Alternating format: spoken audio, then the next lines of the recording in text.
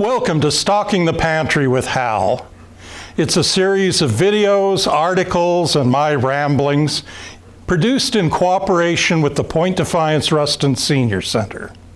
Our goal is to provide information and resources to help everyone to be better prepared and reduce food waste. So let's get started. All right, today we're going to do another recipe showing you how to use things that you have in your pantry, things that you may have made and stored yourself. For example, applesauce.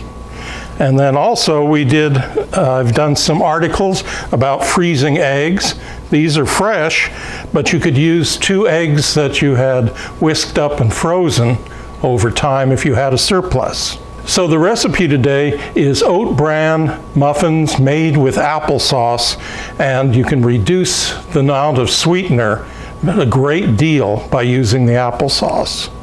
So ingredients that are in it are, of course, oat bran, flour, just a nice general flour, all-purpose.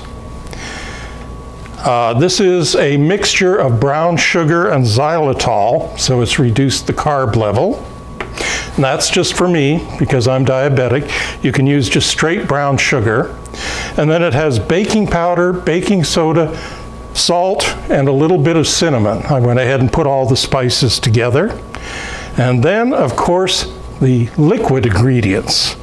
You have the applesauce, the eggs, and a little bit of oil. So we begin by blending together all of the dry ingredients. So the flour, the oat bran,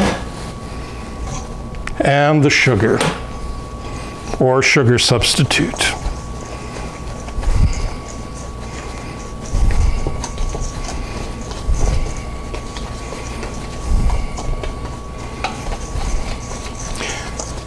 So, of course, you're going to want really clean hands and probably put on a kitchen glove. But when you have big clumps, like I had with the sugar and xylitol mixture, there's nothing wrong with getting your hands into it. Think of it like you're kneading bread, but there's no moisture yet.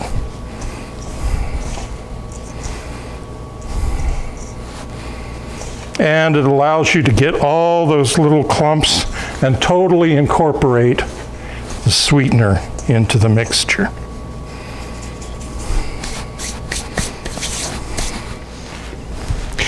And so after you've got all the sweetener incorporated, go ahead and add the last dry ingredients, the 2 different kinds of soda, salt, and cinnamon. And now with the clumps gone, it's easier to whisk it all together.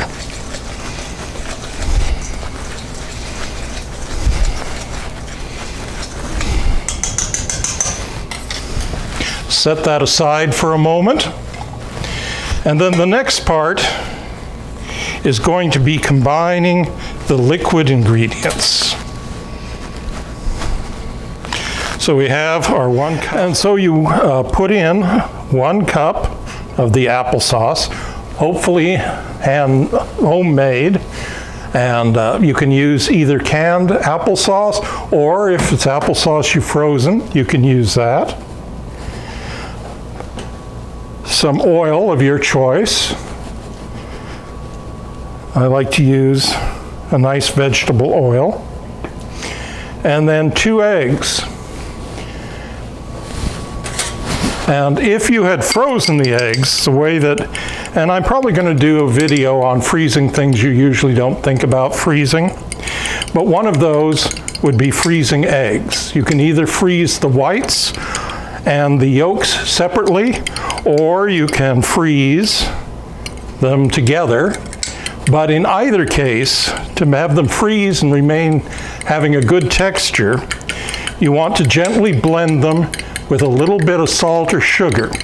Now, since these are fresh, we don't need to put in any of the sugar, but it helps the consistency when you defrost them. And then we go ahead and blend all the liquid ingredients together. And when you get those blended, you begin cutting it into the dry ingredients. So as you can see, this is a little bit of a thicker, stiffer batter, but that has a lot to do with the properties of using this much bran, because it's basically half flour, half bran. Reduces the carbs a great deal. You could also do things for the sweetening, like use something like xylitol or sucralose, but putting a little bit of molasses in to give that brown sugar kind of flavor to it. So I like to use these silicone molds because you don't need to use much grease, if any, and then you can just take them and pop the ingredient or pop the product out. You do have to kind of put them onto another tray, because when they're full, they're a little hard to manage. And so we're going to go ahead,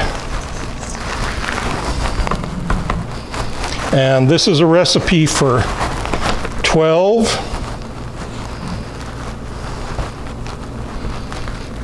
And I like to use the 2/6 because it makes it a little easier to handle.